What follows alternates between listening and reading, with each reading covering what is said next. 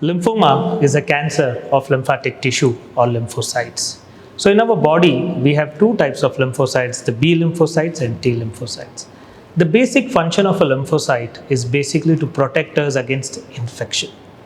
And in order to achieve this function, these lymphocytes undergo a complete process of transformation from their birth to the time they mature.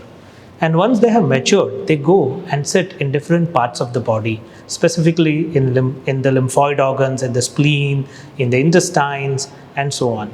Now, during the process of their maturation, in order to achieve that status where they are strong or mature enough to fight different infections, there might happen some errors in the process. Now, it is a very dynamic process that these lymphocytes undergo, both at a genetic level as well as at a phenotypic level.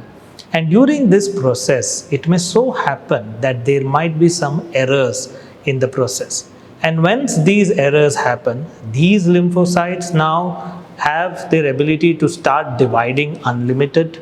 They stop dying and their maturation is arrested. And these form the tumor cells of the lymphomas. So once we understand what is lymphoma, we actually have to understand that it is not one disease, but there are many types.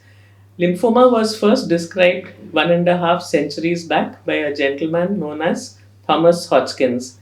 The disease that he described involved the lymph nodes, the liver, and the spleen.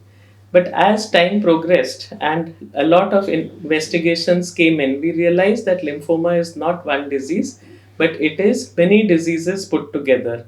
So, what was originally described by Hodgkins has been called Hodgkin's lymphoma, and the remaining similar diseases have been clubbed as non Hodgkin's lymphoma. But it is further classified into indolent or low grade lymphomas and high grade lymphomas. And the treatment and the outcomes depends on not only the lymphoma subtype but also the staging of the disease as well as many other genetic factors that are considered in the diagnosis of lymphoma today. So often this question comes up, why does it happen? Why does a lymphoma happen to somebody and not to the others? And then especially the question, why did it actually happen to me? So the honest answer is we don't really know why the lymphoma happens in some people and does not happen in most of the population across the world. But for some certain lymphomas, we know that it can be long-standing inflammation or infection which may have led to the growth of these lymphocytes in that certain area, and it gives rise to a lymphoma. There are many viral causes which have been associated with lymphoma, especially the HIV and the hepatitis C viruses have been implicated in the etiology of lymphomas. And then, of course, there are some very rare diseases which are genetic DNA repair defects which actually cause lymphomas, but they are rare and we rarely see them also.